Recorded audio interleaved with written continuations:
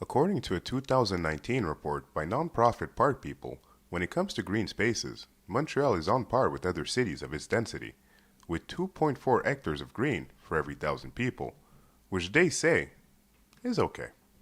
But they claim the city's major problem lies in the fact that green spaces are not equally spread out throughout the island, or equally accessible to all, something some community organizations say is pretty evident when looking at the neighborhood of Saint Michel. Population problem for people, not for cars, not for buses, but for people, actual humans on foot.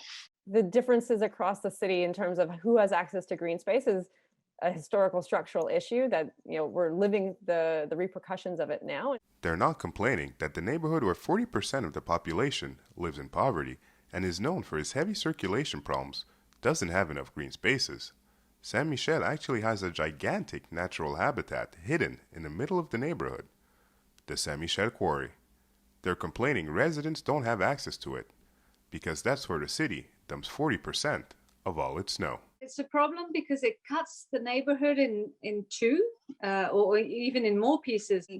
Feeling like you're trapped on one side or the other. After a winter storm, between 150 and 200 trucks an hour come dump snow into the quarry, which they say is not only extremely dangerous, but plain unacceptable. And then in the summer, when the snow melts, but it never completely melts because there's so much of it that it actually remains, but it's a lot of dust because it's not white snow that it's dumped there. It's the snow that's lifted from the streets, and it's full of stuff and it's full of waste, basically. Over the last few years, community organization Vive Saint-Michel en Santé has been working with researchers from universities across the island to find new uses for the quarry, for it to become a benefit for the residents instead of a dangerous nuisance.